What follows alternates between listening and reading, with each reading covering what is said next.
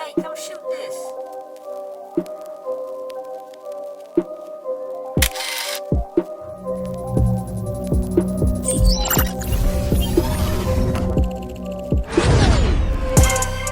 All right, y'all.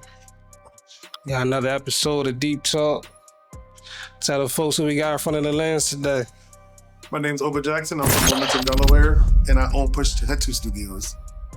Okay, so basically, you're a tattoo artist. Yes. Okay, Well, I'm a tattoo artist, I'm a business owner, and I'm an artist. and you're an artist. Okay, all in one. That's a good mixture. So you say you're from Delaware. What part of Delaware are you from exactly? So I was born in Wilmington. I grew up in Bear for a long time, and then in my high school years, we moved back to the city. Moved back to the city. Yep. How old are you? I'm 42. 42 years old. Okay. So how did you start? How did you get into tattooing? So I started as an artist. So you was an artist first, then became a tattoo. Yes. So how did you get into artist? I'm a third generation artist. My grandmother's one. My mother was an artist, so it just naturally got passed down to me. Okay. Is this something that you just gravitated to, or did it take you some time? No, it was just something I gravitated to. Like, it was like my brother said when I was 2 years old, I would draw on toilet paper. He said, then I started to notice that it was real good. So he's like, so I started giving you paper. And the more people gave me supplies to use to draw, the more I just started doing it. But this is definitely just like who I am. Like, art is my center. Do you remember like the first painting that you drew? I have the first painting that I did. My mom passed away in November. So when we were cleaning her house, it was hanging in her hallway, and I must have walked past it like 20 times and just didn't realize that it was there the whole time. So I have it at my house now. What was it a painting of? It's like this painting. It was she had like a little postcard that somebody sent her when I was a little kid, and it was called A Question Was Asked, and it was on our refrigerator my whole life. And when I got I think I was 11 when I first started painting, and I was like, oh, what's the first thing I should paint? And I was like, oh, I always loved this little thing on the refrigerator. It was like this big. So that's basically what it is. It's like a bunch of like black silhouette people. They like throwing something into the clouds, like a real big cloudy background. It's a really pretty picture, but it's like this small. Like this one? Yeah. I know a lot of times when people doing things, when they doing art, they always want to remember that first thing that they did. That's like, and for you to have it, that's still, what you got to hang it up, or you just have it just tucked away? Right now, it's not hanging up. So we remodeled my childhood house, and we wanted to move back to a black community. So we remodeled it, and right now we're literally in the process of like decorating it, getting everything in order. We only been living there for a couple of months now. Okay. So with your painting, was you selling your paintings like later on? Like, I was selling them when I was like, I think I sold my first one at 12. Oh yeah? Yeah, I sold my first one at 12. If you don't mind displaying, how much it was? Oh, I don't even remember. You don't remember? I ain't been 12 in 30 years. But some people might remember, that was your first painting that you sold? I think it probably was like $75 or something. Yeah? Like it wasn't nothing crazy. Okay. Yeah. I know I will remember something, especially like your first profit off of your art. It's interesting because like I've never done this for money, so it's never been like one of those things where I focus or hyperfixate on how much money something could make me. This is just my my gift from God, so I never focused on how much money it could make me.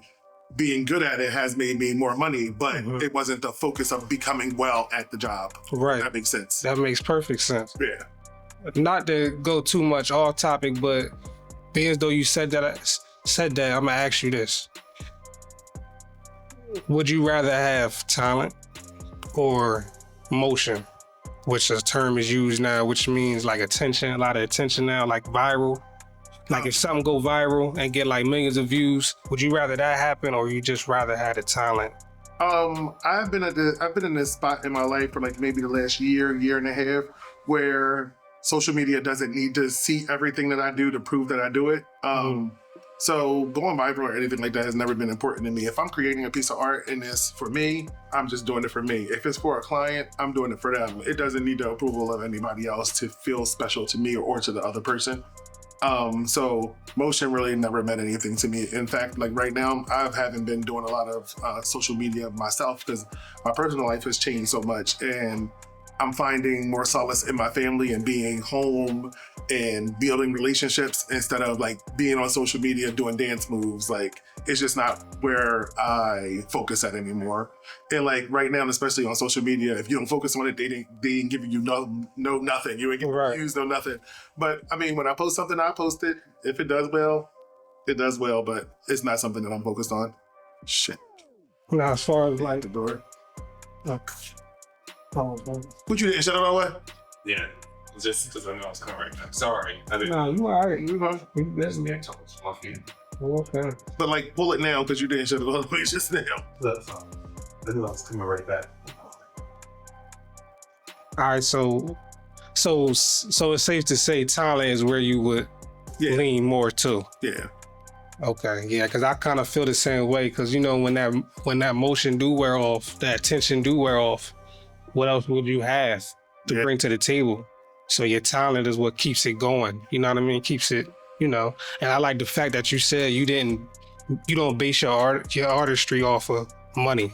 You don't care about how much money you make off of it. Yeah. Is that still applied now, or was that just something that was then? No, it still applies now. It still applies now. It still applies now. Like me, every time somebody put in a request for a tattoo, I asked them what their budget is, because if their budget is realistic to their lifestyle and what they want to get, I'm gonna do it for their budget. Like, I'm never gonna be like, oh, well, I'm gonna charge them this much more money. Like, if I feel like they didn't respect me as an artist with their budget, I'll be like, well, I'm probably not the artist for you.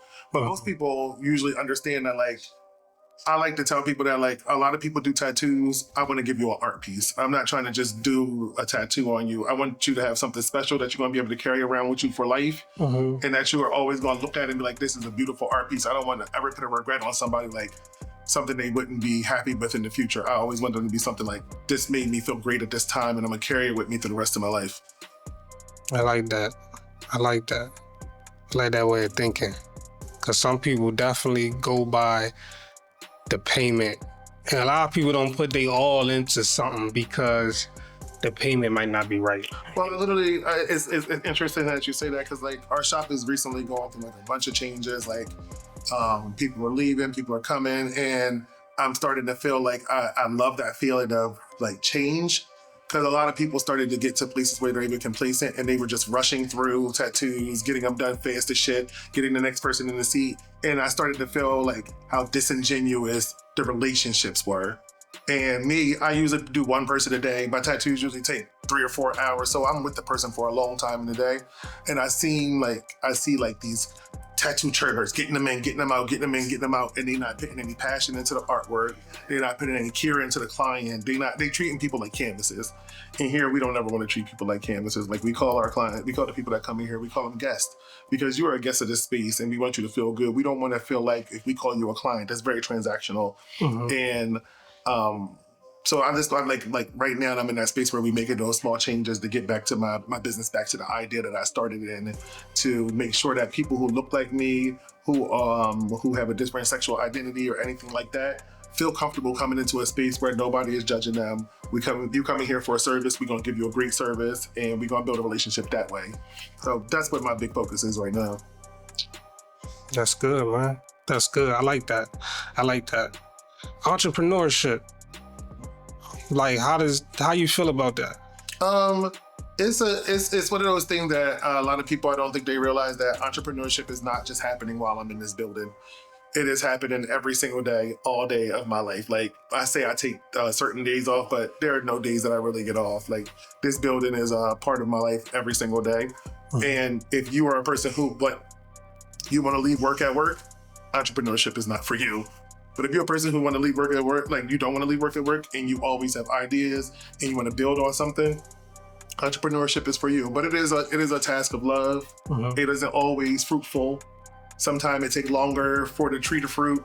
Sometimes it's like it fruit and then it don't fruit again for a while. But it is a practice of love. It's something that I feel like I was called to do, because I honestly have managed other people's businesses for most of my life.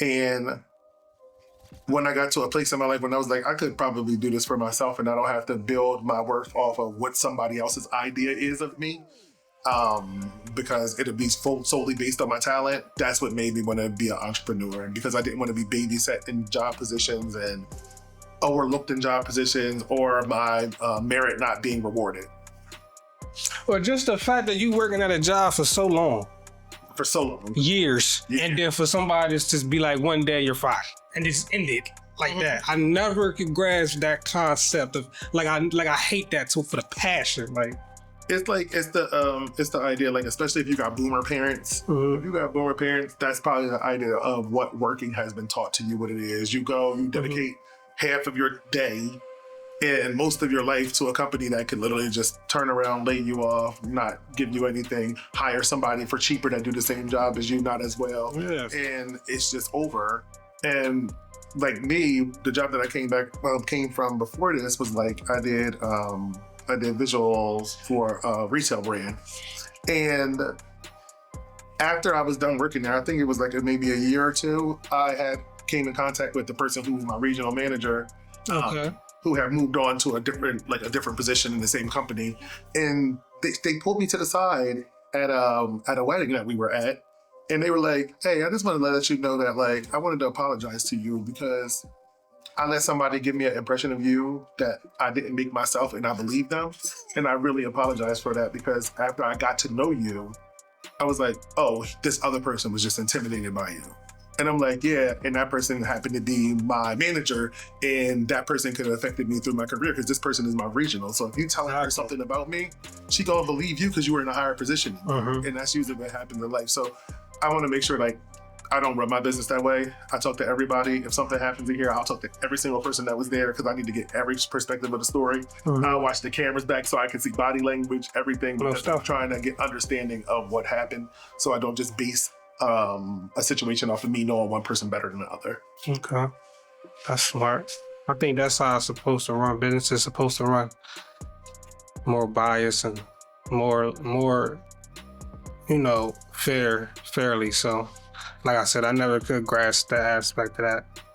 But I understand everybody is not bosses and everybody has to be workers. Just like that. You know? Absolutely. That's like another thing that we're dealing with too now. Like, I say that it's really easy for someone who isn't going anywhere to look up to a poor leader. Because like, if you just want to be basic, you want to just stay at where you are, of course you're going to look to this person who looks like they're moving and moving and moving, because the person who doesn't look like they're moving that's higher up doesn't have to seem the same way that they look anymore. I don't have to work the same way that they do anymore because I'm doing something completely different. But you admire this person who is working really hard right now because they're trying to get to the next level. And I think it's really easy to pretend to be a leader, especially nowadays. You can look at a TikTok video and learn how to seem like a leader, but are you practicing it in real life? Y'all have a good one.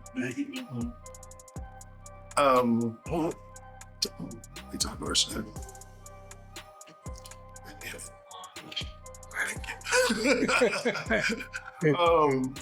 Where was we at? I forgot the last question you asked me. Talking about, the workers and bosses. Oh, yeah. Like, it's really easy for people to look up to some people when they don't understand what they go through in life. My husband said to me, like, I think it was on Tuesday, he was like, "Oba, don't expect anybody to ever handle things the way that you handle things because these people haven't lived the life that you have. They don't understand the love that you have in your life and the promise that you have for people. They don't understand those things. So when they think that they can be a leader and they can do all these things, they don't even understand the aspects that went into you being a leader, let alone like them trying to be one." So it's really interesting when you like step away from situations and you get to look back and you be like, oh wow, this is exactly what this was. This is what this has been all the time, and you don't know it until another event happens. It's like the caring for people. Like you'll like really care for somebody, and then you'll be like you see how they interact in a situation, and you be like, this motherfucker is a snake. And you can't believe it because you have put so much promise and thought into them. Like it's the same thing like love, relationships. You'd be like, oh, we out to dinner and like she say something like, oh, why you ain't take me to somewhere nicer or something like that. And you'd be like, damn, we've been hanging together for 2 months and then she ain't never said no weird shit like this, and it make you rethink the entire relationship. It's the same way doing it, like doing any job, especially being an entrepreneur. It's like you gotta look at it, like your staff, you gotta look at everybody, and you gotta see, is this person developing for good or are they developing for bad? And then you gotta like figure it out. Okay. That's a good perspective. We're gonna switch it up a little bit. You know, my interviews, I be bouncing around, you know, from subject to subject, topic to topic. But listen, I got an answer for everything. So we gonna switch it to style of your paintings. Black Americana. Yes, sir. You want to explain that a little bit? So I know a lot of people have this idea of like blackness being rooted in Afrocentrism, and I completely understand where that idea comes from. But me, I know that's where my roots came from. I know that's my heritage. Like, we're from Africa, everybody from Africa, but we are the recent people from Africa. And I always think about like how that interacted with in my life as a person now.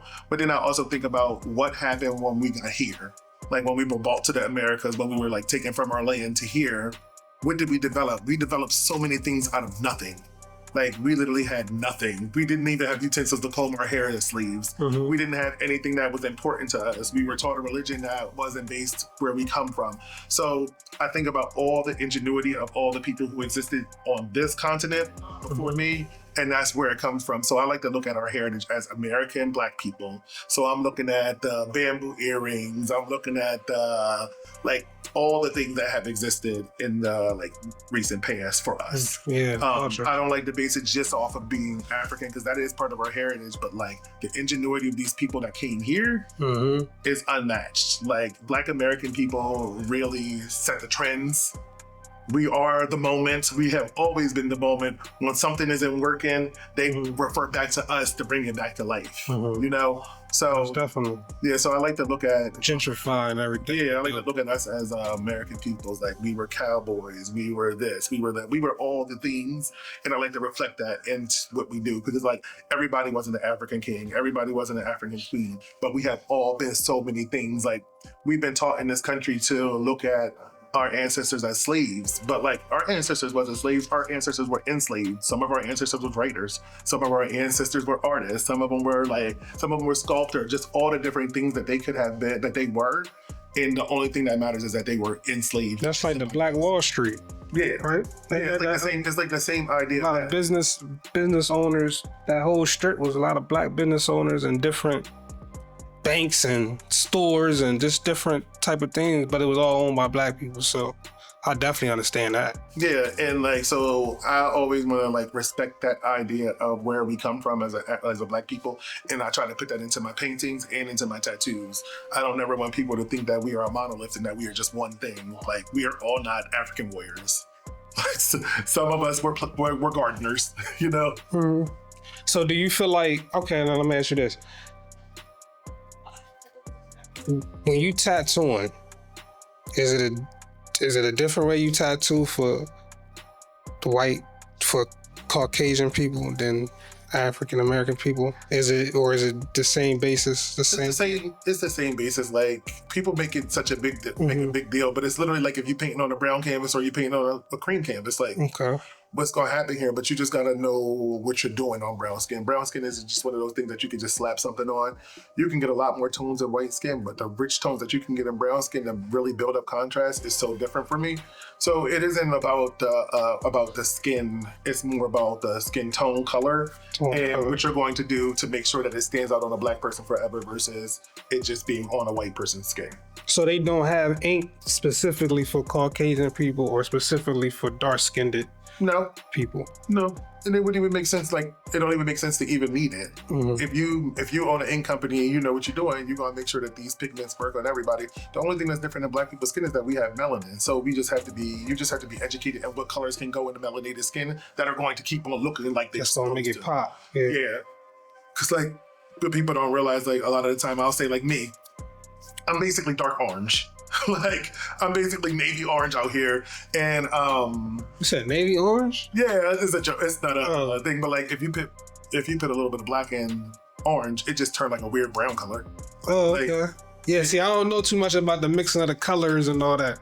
Yeah, well, like, it's like it's a bunch of different ways you can make brown tones, but I just like to say dark orange because it's like a person who doesn't really understand color can understand that. Okay. Like, if we in a room and it's medium light in there, we have something orange. That's something orange look brown. Okay. So I got you. 100%. I forgot where I was going with that, with the brown stuff, with the brown thing analogy. My apologies, bro. Shit.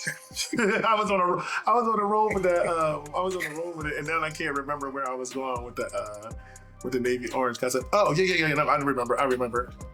So if you're educated in color, Okay. and black people are like navy orange, like we like a brown color, and you put blue in us. Blue and brown together are complements. I mean, blue and orange are complement colors, and if you mix them together, they almost make black. They'll make like a real dark brown, or they'll almost make black. So if you put royal blue in my skin tone, it's just gonna turn black, like this right here. This tattoo right here was blue, like the color of these walls. And now it's just this color because it mixed with the melanin in my skin, but the person who did it didn't know that. But over time, like when he first put it on, When it was first on there, like till it healed, it was blue like this, and Yeah. when it fell off, the surface of it was just black underneath there. wow. But you just got to be educated in what colors are put in people and what colors are not put in people. Why you didn't try to redo it over or reshade it in yourself?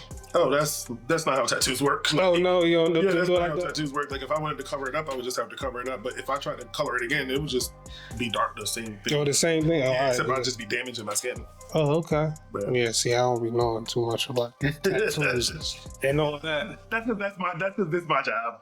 Exactly. That's why we got people like you in the field to explain to people like me that don't know, or either the people that want to know, that want to do what you do. So, leads me to my next question. How you feel about gatekeeping? Gatekeeping is one of those things that I feel like in industries, especially like the industry that I work in, gatekeeping was very, very prevalent until recent years. Like when people started to realize, like, just because you do this job don't mean you make every rule for this job.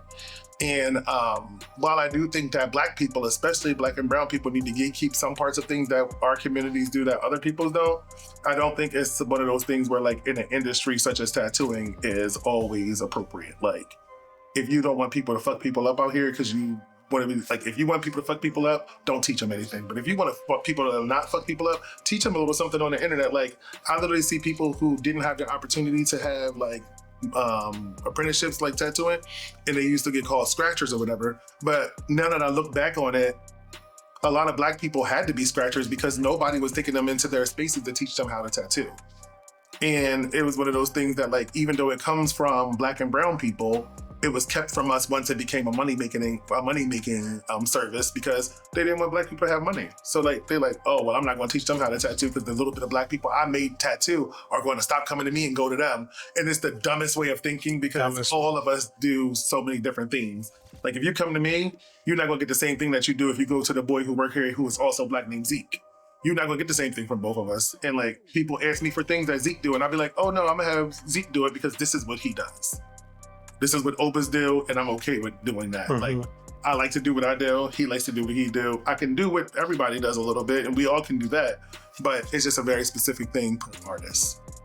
Yeah, so I feel like you can show me how to work a tattoo needle, and show me how to, but you can't show me the style that you got. That's something that's within you. That's your passion. It is impossible to become somebody else. To replicate that. Yeah.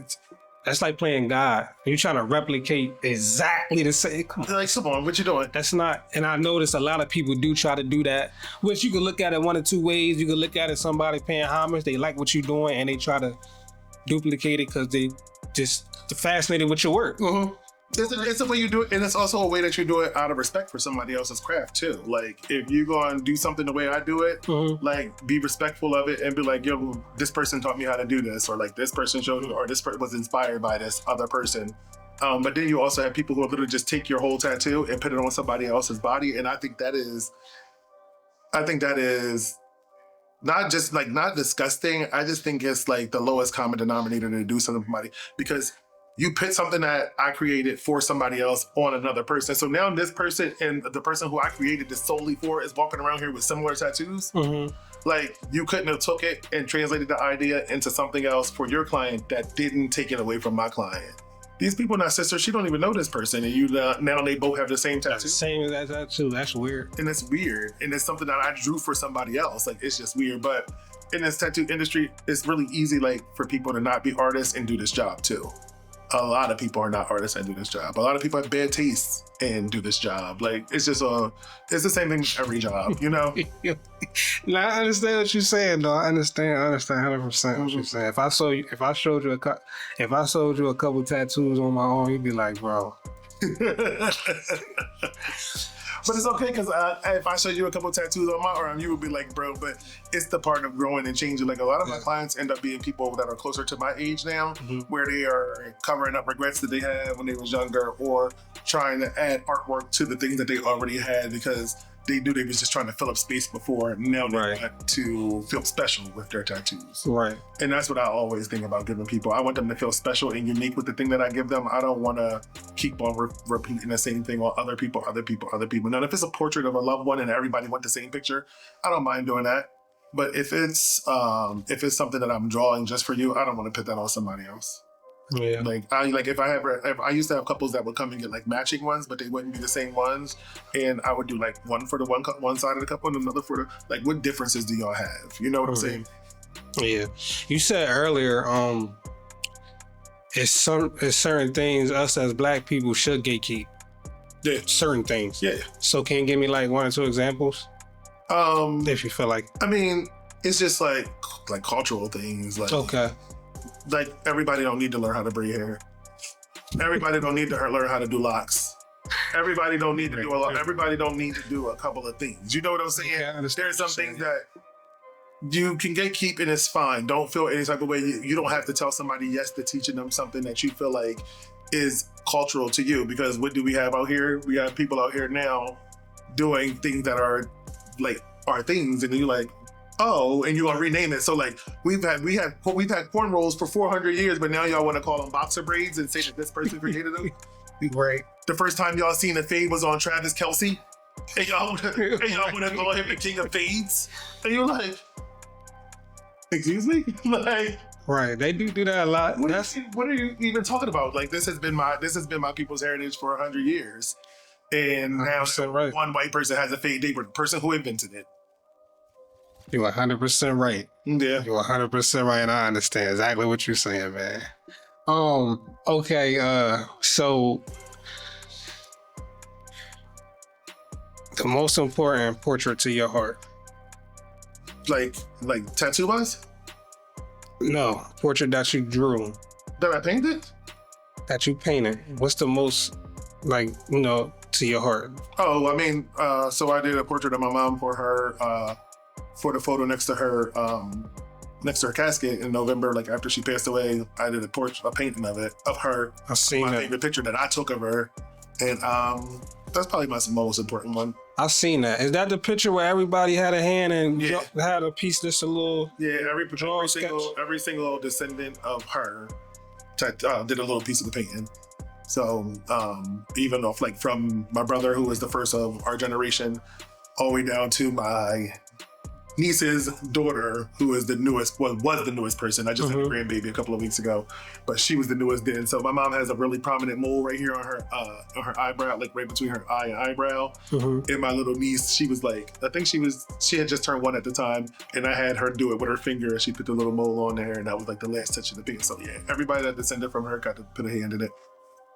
That's different. I like that. Yeah, we did it in her favorite color, which was red, so it was really nice. So where's that painting now? At my house. It's at your house, hanging up? Okay. You gonna get it like framed? You got it framed up? Oh, I don't use like ones, the way that this is, I don't need it framed. This just gonna hang up in our house. Oh, okay. Yeah.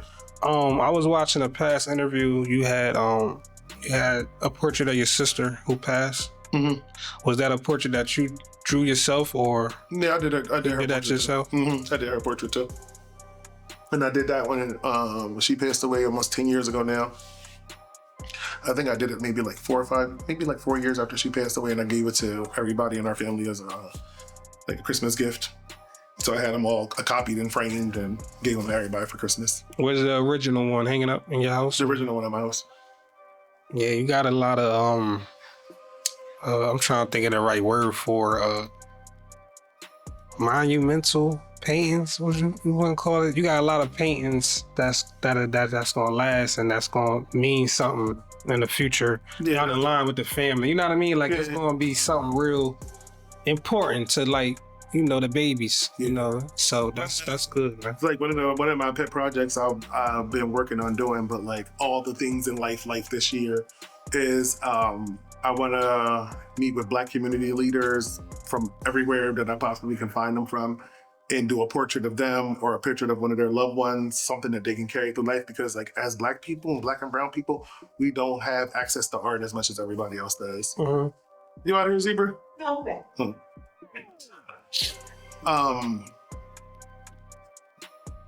We don't have the same access to art. Like I remember, I'll never forget this. This is one of the things that stick out to me most about artwork in my life is we moved into a new neighborhood in the suburbs, and we went to one of my mom's friends that like ended up living in our neighborhood. Mm-hmm. And she's like, "Oh, we're gonna go to their house today." I'm like, "Oh, I'm so excited," because I played with their kids when we lived in the city, and they had moved out to the suburbs before we did, and we ended up living in the same neighborhood. So, I always think about this one really important time where I started to understand the importance of art. Mm-hmm. My mom always made sure we understood it because like we always had art in our house. We would go to museums and shit like that because museums was free. So we went to one of her friends' houses, and they had lived in the city with us in the same neighborhood. So when we moved into the suburbs and we ended up living in the same neighborhood, like we got to reconnect with these people when we went to their house. But they had been living there for years before us. And I remember sitting down in the living room, and my mom and their mom talking or whatever, and the kids was like outside or something. I missed them, so I was sitting in the house with my mom for a minute. And I'm like, "It's weird in here." And my mom like, "Don't say that." I'm like, "Mom, but it don't feel weird in here." She's like, "Stop talking. Like, this is somebody else. Like, calm down." So I'm like, "Okay." So I forget about it, move on. When we leave, and my mom goes, "You know what was weird in there?" I'm like, "No, it just didn't feel like home."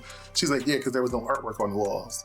And I was like, "Why?" And she was like, this is not some people's priority. They don't have they never had artwork on their walls growing up, so they don't know to have artwork on their walls now. And I was like, "But we always have artwork in there." And my mom like, "Yeah, because you come from a family of artists where we created things." And my mom like, "I would find things at thrift stores and recreate them for the house." And like, I think about, my mom had got an angel as a present for Christmas one year to go on top of the tree, and she was white. And my mom painted her brown, put her eyes back on there, got her all back together, and then she put her on our tree. Mm-hmm. And I didn't think about everybody not being able to do that. Like I would go to people's house and be like, "Why is Santa white at your house? Santa be black at my house my entire life." And never realizing that my mom had been making Santa black at my house my entire life. So it's good. So now that I think about it, and I think about the access that people don't understand that like to have the art. So like when I have conversations with people about tattoos, they don't look at this as an art. They be like, "Oh, I just want a tattoo. I just want a name with a rose. Like, why are you making this about this?" And I'm like, "Because this is art. You have to carry this with you through the rest of your life. You are adorning your temple. You got to make sure you're adorning your temple with things that are going to always continuously make you happy. You put some nigga named Lamont name on your arm that you dating this week. Well, you know, in 4 weeks, 3 years, you and Lamont gonna be done. We done. Now you already see the traits. You already see the traits. You already see the traits that Lamont have that you don't like, and you're gonna get his name on you because you're like, "Oh, maybe this will save our relationship." But now you walk around with some nigga named Lamont on you, and now you 42 and you settle down, you're a mom. And you're married to a whole nother nigga, like a whole nother man. And that's the things that I like to have conversation with people about. Like, this is an art form. This is something that holds value. This is gonna be with you through the rest of your life. Mm-hmm. It's definitely gonna be with you for the rest of your life. Like I said, if I show you tattoos on my arm, you'd be like, I just wish I could just rip them off, man. Like, but it's like, that's what made me not even get more tattoos. Mm-hmm. Cause it's like, man, somebody can mess up or do something and it's stuck there, and I don't want to keep out and get it covered up and all that. You know what I mean? So it's like, that's why you make sure you do the research. Like that's another. I'm really a big advocate about doing your research. Like my favorite one is if somebody don't have no black skin on their page, no brown skin on their page, don't go to them. They don't know what to do with your skin, and they don't respect your skin. They don't push your skin because they don't respect it. And you'll see a lot of these tattoo artists with like bigger names. They'll post their whole page be white people. They get one athlete, one entertainer that's black, they everywhere on their page, but that's the only black person on there because that's the only black person that holds value for them. So like I always make sure I say, before 2020, if Black lives didn't matter to them, don't go to them. Black lives have mattered my entire life to me. I am a black life. So like, and that saying is kind of like is effective with my community, with my community. So I always tell people like, look out for those things. Make sure they tattoo on somebody who looks like you, because if they're not, don't let them. So you safe to say that you post black and white, whatever on your page. Whatever They keep it. tattoo I do on I somebody, do some. and when I post it, I'm posting it. Like if they white, I post it. If they black, I post it. It don't really matter to me as long as it's showcasing my art form at its best. That's what I'm gonna post. All right, so we got to the fact that while you started doing paintings, so what made you switch over to doing tattoos from the paintings to tattoos? It was just a natural progression. Like, so I luckily went to a really good like high school, Christiana High School, and we had a lot of art programs at the time when I went to that high school. I don't know what school art programs is like now, but I know. I assume they would change, but I would assume they probably changed. Some things probably have changed. as many as they used to or something like that. They might have better ones now. I don't know, but I know when I was there, we had so many different options for art classes. It was only 2 art teachers, but you had a lot of different options between those 2 classes. And luckily, I got the opportunity to have like a personal art teacher that my school found for me from elementary school that had been coming to me all the way up until I was almost done high school. So she had exposed me to a lot of art, but then those 2 art teachers, Miss Beck and Mrs. Spence, showed me so many things that like she didn't cover. So I learned how to watercolor, I learned how to do color pencils, I learned how to sculpt, I learned how to do pottery, printmaking, lithographs, all kind of things. I learned how to do all those things. So as I got older and I knew how to do those things, I didn't know how to tattoo. So like tattooing is just another medium that like is just like painting. So I was lucky enough to have a mentor who was like the first black tattoo shop owner. I think he was the first black tattooer in Delaware and the first black tattoo shop owner. In Delaware? Yeah. What's the name again? G. G? Yeah, G of the G spot. Where's that located at? In Newport. That's where I came from. That's where I was before I started my own shop. It's still there. It's still there? Yeah. He's been there for more than 20 years, I think. Yeah, I think he opened in 2000. Shit, I don't know. I think he's been there for more than 20 years now. And that was the first black. He was the first black tattoo artist in Delaware in the early 90s. I think he might have started tattooing in 90. Uh-huh. And then in the early mid 2000s, he opened the shop up. And I think I don't think it was the first black owned tattoo shop here. I'm the second. Wow. Yeah. I never knew that. Yeah. I never knew that. I never. You mean in like the whole state or just this way? The whole state. Oh wow. So it's none down. Is there any downstate right now? There's a lot more black. There's a lot more black owners down, but like there wasn't when he started. When he started, yeah. Like I think I'm literally right now the only black and gay owned tattoo shop in Delaware. Yeah, I was gonna get to that, but I ain't wanna just throw it out there about your sexuality. I ain't wanna. I was trying to be respectful because I ain't wanna. Because it's not what makes me.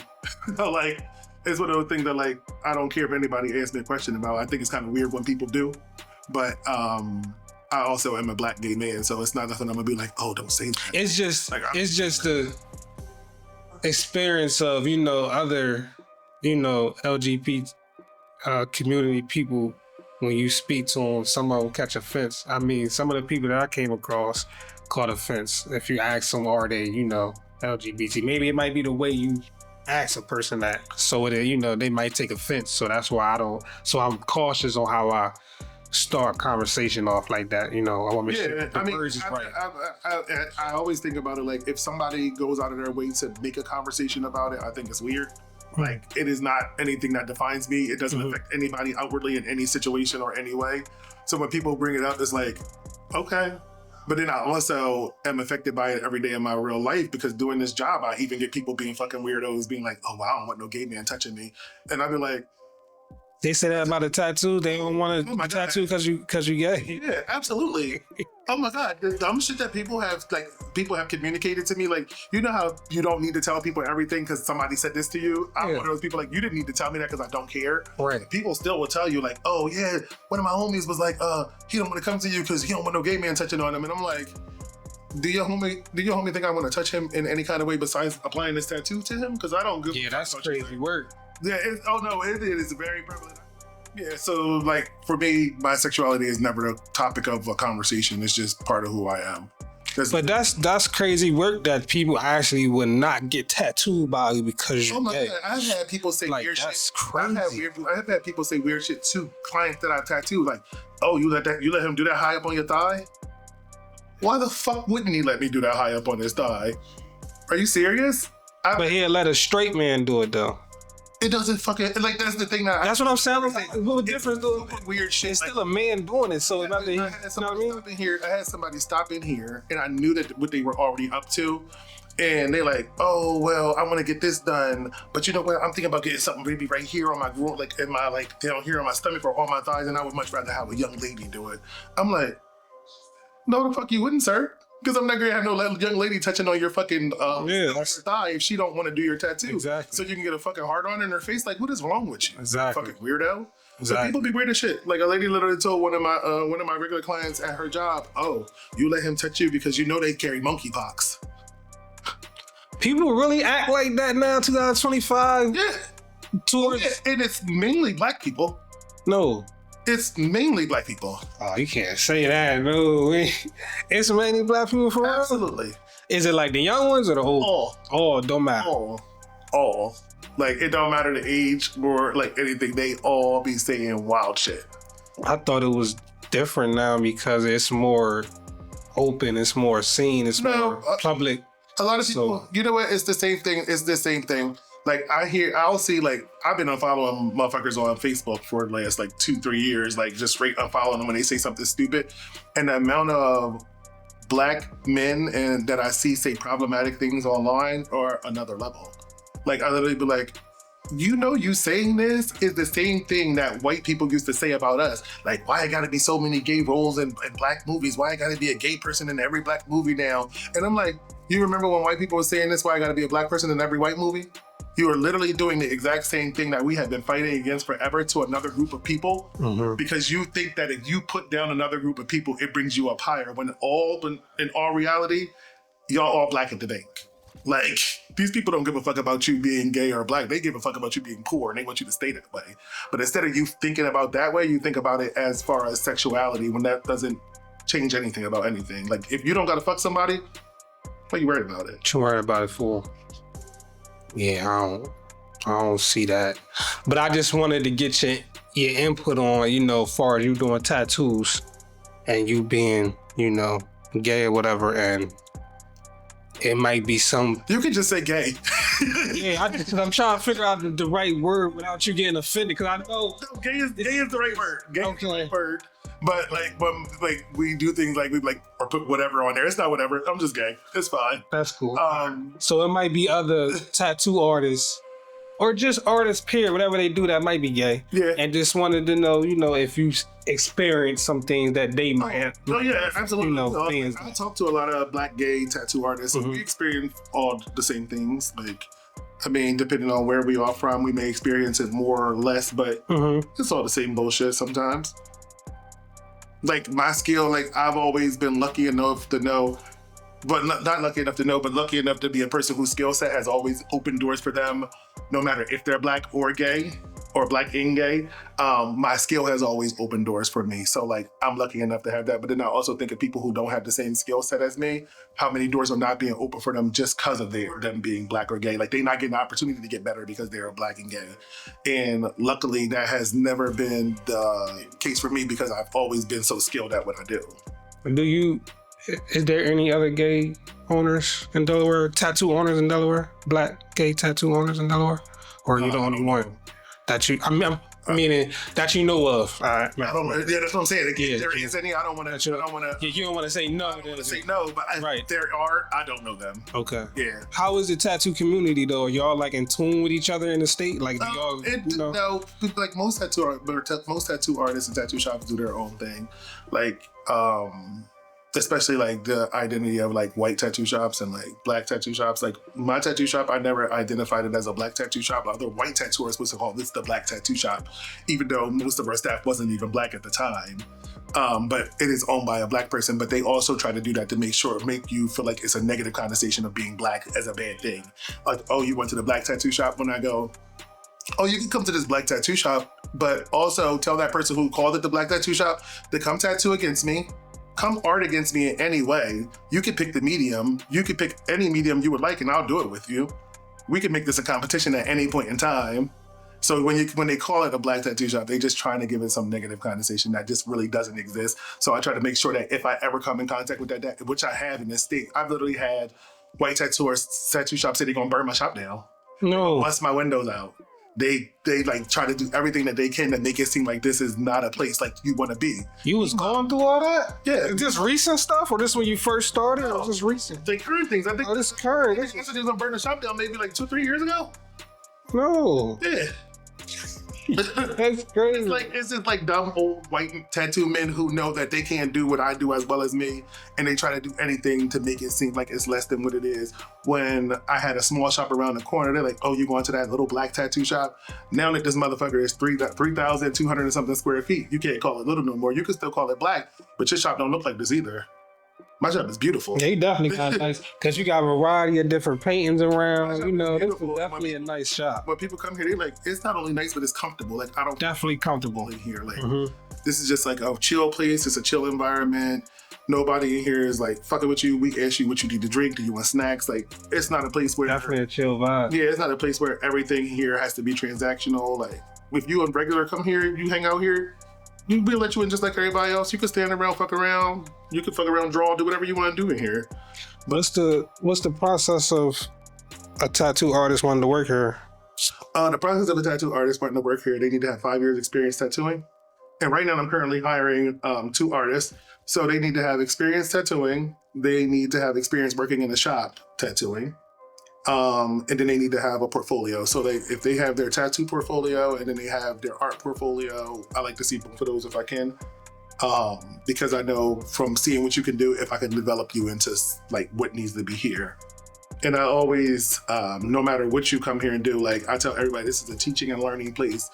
You're gonna teach and you're gonna learn. There is nobody who's too good to learn something here. If you're too good to learn something here, this ain't the place for you. That's what I was gonna ask you. Do you teach people? Do you have a class on that, or have you ever thought about having a class? We do apprenticeships. Apprenticeships. Yeah, and if they're like marginalized people, I don't charge them for their apprenticeship. Like my mentor didn't charge me for my apprenticeship, so I don't feel it fair to charge other people who are marginalized people for theirs. But I also probably don't plan on teaching anybody new in quite a while. I have 2 apprentices, Yeah. and I have 2 apprentices that are finishing up. Like one is finishing up. I think today might be his last day of his apprenticeship. They have like a thing that they gotta achieve, and he might achieve his today. And then I have another guy who's like phenomenal, and I'm just waiting for him to finish. Yeah. They're both going to be really, really great. And I'm happy that like I got to teach 2 black men how to be a part of this business and teach them something that could earn them an income and like provide wealth for their families for the rest of their life if they do it right. Hey, before we get out of here, man, you got something you working on or something coming in the future?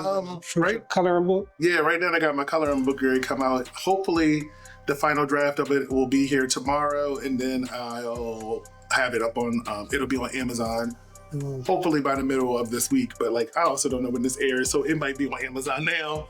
But it's called Who's in Charge of the Girls? It's a quote from Harlem Nights. And me and my family just always say it. And then later on in life, it ended up being like a really popular like club music, like Who's in Charge of the Girls? So that's why I named the book that, because most of the things that I draw are usually women. Is what I excel at. Like I love to draw black women in different ways, as many ways as I can. So the whole book is all black women. I think it's 24 different black women pages that you can color, do whatever you want to them. And people have been asking me for a coloring book for years, and I never had like time to get it done. And I look back on all the things I had drawn over the years, and I'm like, wow, all of these things can go in this coloring book, like drawings that I designed and didn't use for anything. So I took I took all those and made a compilation of them. And that's what the book is. So that's gonna be the first one. And then the second one is gonna come out probably in the next couple of months, maybe in a month. And that one's gonna be called Fruits and Flowers. We do a thing here every June for LTBG, like housing. We donate it to different charities. So we do it every year. It's called Fruit and Flowers. And we're gonna do it this year, but I'm gonna name the book after it too. Okay. Yeah, so coloring. Good, man. It's good shit, man. We're looking forward to that. And for the record, this interview, I'm gonna drop this interview probably in a couple days, 1 or 2 days. Okay. That's how quick I'm gonna drop this interview. Just because I feel like it need to get out there. I feel like you share information that I think people need to hear. Just overall what you do, man. I respect it. That's why I reached out. Thank you. You know, have Black owned, of course, entrepreneurship, you being gay, and having your own shop. And of course, I know with you being gay, you've been through certain things and you still here. So which means you overcame them things. One of the reasons why I wanted to. And like the big thing right now is just like explaining intersectionality to people. Like when people like I've been learning, especially having this business in the city for 8 years, that when people who are Black in this community say Black, they do not mean Black and gay. They only mean Black and straight.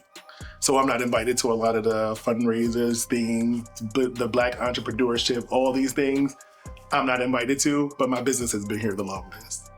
My business is completely provided for something that I do myself. And when I hear, like, I see things, I'm like, oh, wow, look at all these Black business owners in this picture who I support every single one of their businesses, but none of them have ever been here to support mine. And none of them have invited me to these things. And like, one of my really good friends, her name is Jackie, she said something to me the other day saying like, oh, but for somebody who's like, it's really lonely being somebody who shines as bright as you do, because a lot of other people are blinded by how bright you shine and they don't want your shine to outshine their light. So they don't invite you to things and they don't say things about you. And like they don't support your business, even though when somebody asks them, do they know you? They're happy to say they know you, but they won't invite you to things. And I'm like, that's really true. It's really true. And I know that now where I am 8 years into this city and into this business, that they do not mean that. So when I say Black, I mean everybody. There's no us and them when it comes to Black for me. This is how I was always raised. I was always raised to be Black and beautiful and proud. And I feel like that's just not the same thing when it comes to other Black people and you being gay also. So that's my big thing for this year is intersectionality and focusing on like, when I say Black, I mean Black. That's good. Yeah, I never looked at it as a different thing. I have family members that's, gay, so I never looked at it like that. I never looked at being gay different. That's just you into what you into. I don't. It all depends on what you is as a person. Yeah. That's how I go by. That's all that matter. If you're a fucked up person, I ain't gonna fuck with you. I don't care if you're gay or straight. Because you can blame period. Because the intersectionality there is completely fine. Because you can be gay and fucked up. Exactly. So, you was on 8 Masters. Yeah, season 11 in like 2018. 2018. How far did you get on there? I got sick during my season. Oh, okay. Yeah, I think I only was in like 5. I think I was in like 5 episodes. Yeah, I got really sick during my season. Like it was, what did the doctor call it? Environmental stress. At the time that I was there, I was only 2 years into tattooing.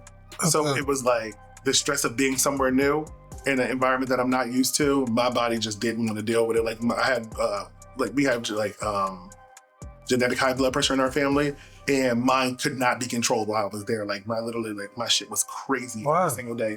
So when I would take my blood pressure, it was just super high all the time. And it was because it was a high stress environment, working all the time. Like you really working like 17 hours a day when you do those shows, and there is no compensation for you working like 17 hours. Like it just isn't. Would you do it again if you had the opportunity presented itself? I don't know what the show is like now because it's not something I have time to really watch anymore. Mm-hmm. And I also noticed that the brown people usually leave like pretty soon in the show, so like I don't really pay attention. Just any show, not specifically 8 Masters, just any show you think. Yeah, I mean, I've been asked to do like several reality shows that are tattoo based, and if they like, after I talk to the producers and stuff like that, if I tell them like my requirements, I'm like, I'm not going to be out here like creating drama. I'm an artist. This is not going to be controversy type thing. No. Like I'm a happily married man. Like there will be no drama surrounding here. Mm-hmm. So like if you want me on your show, be prepared that I'm showcasing art. And 9 times out of 10, every time out of all the time that I've been asked, once I tell them that I'm not doing any drama, they don't want me on the show. Because that's what they want. That's what bring the views. Yeah, but like I just get so tired of doing this job, and the only reference that my people had is like these Black ink TV shows who barely even show tattoos. Mm-hmm. Like I want to see Black tattoo artists who are developing other Black tattoo artists. I want to see light in people's lives. I don't want to see drama and people fighting. And I know that doesn't get views, but like we need to change that shit. Like I'm an art of painting kind of guy. Like I'll watch Bob Ross all day. I could just watch it. Like other people might find it boring, but I find it interesting. Ain't his son doing it now? Oh, I don't know. Bob Ross, that's the guy from back in the day that used to do the paintings on TV. Yeah. I was just watching something. His son picked it up, and his son do the same exact thing. Oh, I'm about to look. Check that out. Check that out. Yeah. His son, I just seen it. He was showing the clip that I seen. His son was drawing it, and then when he finished, he came in the picture. I was like, "Good job, son," and then started explaining the painting. But how old was this? Because that nigga died a long time ago. I think Bob Ross died in the 90s. This is, I don't know how long ago the video was out, but I seen the video recently. This was probably like the recent couple weeks I seen it. Look it up. Probably one of the videos that just surfaced back up, but I seen it. Yeah, I'm gonna look it up. Like, Yeah. one of the things I want to work on is like a Joy of Painting kind of show, where like, have you ever seen Finding Your Roots on PBS? I'm a big PBS fan. Finding Your Roots. Finding Your Roots. It's a. I think I heard of it. I don't think I never watched it though. If you got Amazon, you can watch it on there. But it's a guy. He literally does like everybody's ancestries. Like it don't matter black, white, Asian. Like he'll do their whole background. Like find their people back as far as they can possibly go. And that's what I was saying. It's like a similar thing I want to do with the painting, but like black leaders. I want it to be kind of a amalgamation of those two things together. So that's what I'm working on now too. Man, keep going. You got it. Keep doing it. Yeah. Came this far. I appreciate you. I appreciate everything. I appreciate you coming on a platform and sharing your. Hey guys. Hey. Nah, you all right. You fine. You all right. I appreciate you sharing your story on this platform. Keep doing what you're doing. Thank you. Don't stop. Listen, I can't. If I stop, I die. So I will be out here doing this as long as I possibly can. It's who I am. I feel the same way, man. Yeah. So thank you again. And for the people that want to know, how can they get in contact or how can they book for a tattoo if they wanted to? So they can go to pushtattoos.com. When you get there, there's a little hamburger in the corner, the little drop down lines. Push that. It has booking, all the questions that you may have. It'll show all our artists. It shows their work. It shows any specials we have going on. You click the artist, you click book, and it'll take you to a questionnaire. And it's like 5 questions. You just fill them out, and then we'll email you back. We'll do everything via email. It's really short. As long as you reply to the emails, it could be a 1-day process. It could be a 2-day process, but it's pretty easy. Just pushtattoos.com. And where the shop located? We are 8 West 3rd Street in Wilmington, Delaware. So like right between Shipley and Market, downtown. We're the only tattoo shop downtown.